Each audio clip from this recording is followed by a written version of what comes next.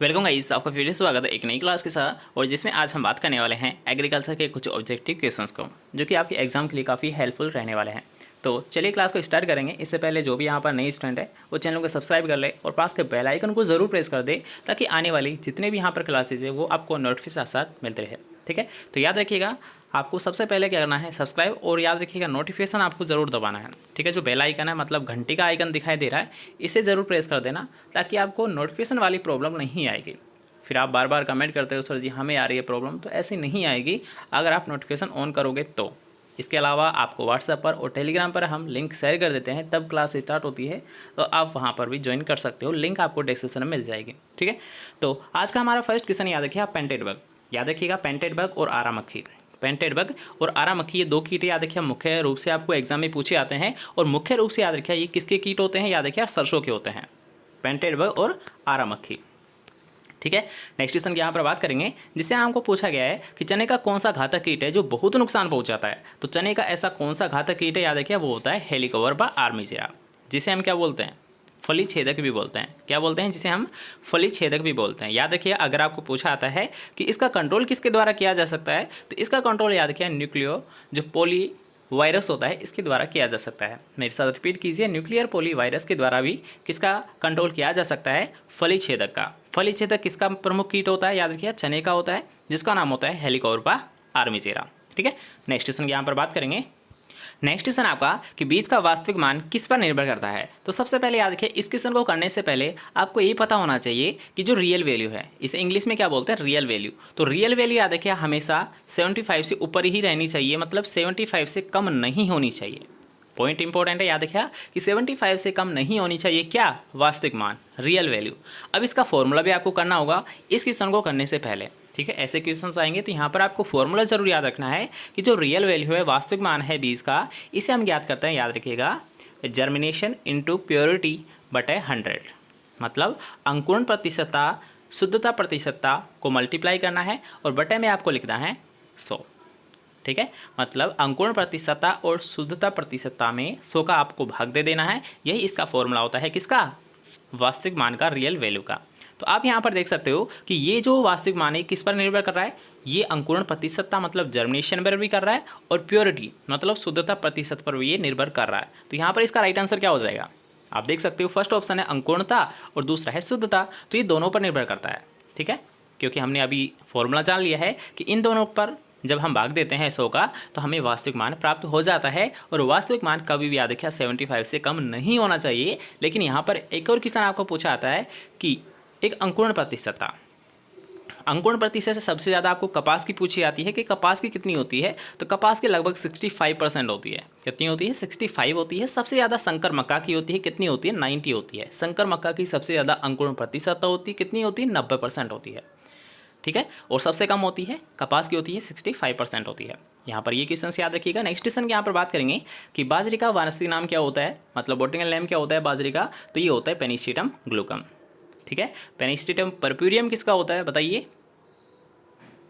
एक होता है पेनिसिटम परप्यूरियम। वैसे ये एक घास होती है पेनिसिटम परप्यूरियम, जो भी याद रखिए इसी से संबंधित है। मतलब बाजरे में कौन सी होती है, पेनिसिटम परप्यूरियम। अभी नाम तो याद नहीं आ रहा है, लेकिन पेनिसिटम परप्यूरियम, ओके, याद रखना ये किसी से संबंधित है, बाजरा से संबंधित है। नाम याद नहीं आ रहा है, सो कोई दिक्कत नहीं है, उसको हम बाद में देख लेंगे।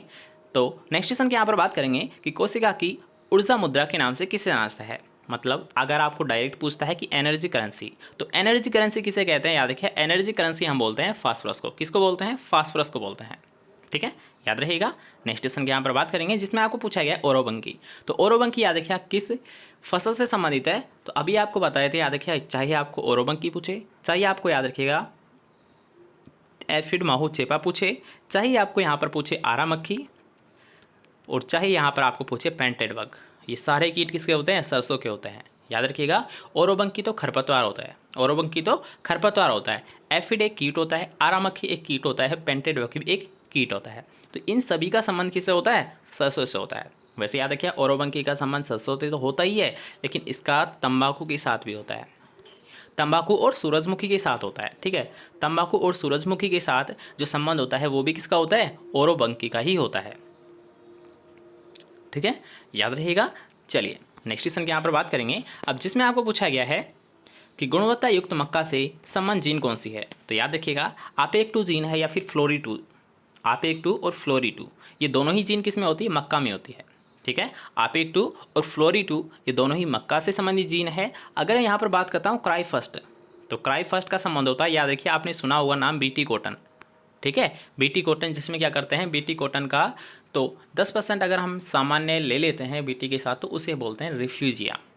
ठीक है, वैसे उसको अभी छोड़ दीजिए, अभी हम बात कर रहे हैं केवल जीन की। तो ये जीन कहाँ पर यूज़ होती है, बीटी कॉटन में, क्योंकि बीटी कॉटन को ये क्या करती है, कीट प्रतिरोधक क्षमता विकसित करती है। क्राई फर्स्ट या फिर क्राई सेकंड ए भी जो जीन होती है, याद रखिए ये बीटी कॉटन में क्या करती है, कीट प्रतिरोधक क्षमता को विकसित करती है। ठीक है, नेक्स्ट क्वेश्चन की यहाँ पर बात करेंगे, जिसमें आपको पूछा गया है कि गेहूं की फसल में चौड़ी पत्तीदार खरपतवार को नष्ट करने के लिए किस शाकनाशी का आप प्रयोग करोगे। तो याद रखिएगा, अगर आपको डायरेक्ट पूछा जाता है कि चौड़ी पत्तीदार खरपतवारों का नाश अगर आप करना है, कंट्रोल अगर आपको करना है, नियंत्रण अगर आपको करना है, तो आप किसका यूज़ करोगे। तो याद रखिएगा, आजकल जो यूज़ किया जाता है पॉपुलर है मेटसल्फ्यूरान, जिसकी मात्रा ली जाती है याद रखिए केवल 4 ग्राम पर हेक्टेयर, और एक होता है सल्फोसल्फ्यूरान, तो इसकी मात्रा ली जाती है 20 ग्राम। ठीक है, 20 ग्राम प्रति हेक्टेयर। तो अगर आपको पूछा जाता है चौड़ी पत्तीदार खरपतवार तो मेटसल्फ्यूरान मिथाइल है। लेकिन अगर आपको ऑप्शन में डायरेक्ट पूछता है 2,4-D, अगर 2,4-D डायरेक्ट अगर आपको ऑप्शन में दिख रहा है तो आप यहाँ पर 2,4-D भी क्लिक करोगे। ठीक है, क्योंकि पॉपुलर है चौड़ी पत्तीदार खरपतवारों के लिए 2,4-D। ओके, तो याद रखिएगा, अगर आपको 2,4-D नहीं मिले तो उस कंडीशन में आपका राइट आंसर हो जाएगा मेटसल्फ्यूरान मिथाइल। ठीक है, नेक्स्ट क्वेश्चन की यहाँ पर बात करेंगे कि नेशनल सीड पॉलिसी कब दी गई थी। याद रखिएगा, ये कुछ टर्म है, आपको सबसे पहले याद रखिए नेशनल सीड पॉलिसी। तो नेशनल सीड पॉलिसी तो 2002 में दी गई थी, लेकिन अब 1963 में क्या दी गई थी, 1963 में क्या दिया गया था, NSC नेशनल सीड कॉर्पोरेशन, जो कि नई दिल्ली में स्थित है, ये थी। 1966 में क्या है बताइए, जो नेशनल सीड का रूल है ये 1966 में बना था, लेकिन इसको पारित किया गया था 1969 में, 69 में इसको पारित किया गया था। ठीक है, NSC 1963, NSS रूल मतलब नेशनल सीड रूल आया था 1966 में, लागू हुआ था 1969 में। और 2004 में क्या होता है, याद रखिए, एक आपकी योजना है आइसोपोम, योजना, और एक है याद रखिए राष्ट्रीय किसान आयोग, जिसके प्रथम अध्यक्ष डॉक्टर MS स्वामीनाथन है। तो राष्ट्रीय किसान आयोग या फिर आपको पूछा था आइसोपोम, तो इन दोनों का संबंध याद रखिए 2004 से है, मतलब राष्ट्रीय किसान आयोग की स्थापना और आइसोपोम की स्थापना 2004 में हुई थी। नेक्स्ट क्वेश्चन काफ़ी पॉपुलर क्वेश्चन है, और ये क्वेश्चन आपको पूछा जा सकता है कि जो एक पुस्तक का नाम है साइलेंट स्प्रिंग एक पुस्तक का नाम है, ये किसकी पुस्तक है, याद रखिए ये होती है रिचेल कार्सन की। किसकी है ये, रिचेल कार्सन की है। ठीक है, रिचेल कार्सन की ये बुक है जो कि काफ़ी फेमस है। कई बार आपको एग्जाम में ये भी क्वेश्चन पूछा गया है कि साइलेंट स्प्रिंग किसकी पुस्तक होती है, मतलब इसके राइटर कौन है। तो इसके राइटर उत्तर हैं याद रखिएगा रिचेल कार्सन। ठीक है, तो याद रखिएगा ये कुछ यहाँ पर क्वेश्चंस थे जो कि आपको एग्जाम में पूछे जा सकते हैं। ठीक है, तो इनका विशेष तौर पर आप ध्यान रखें। तो मिलते हैं नेक्स्ट क्लास के साथ, जब तक के लिए अच्छे से पढ़िए, अच्छे से रहिए। Bye bye, take care.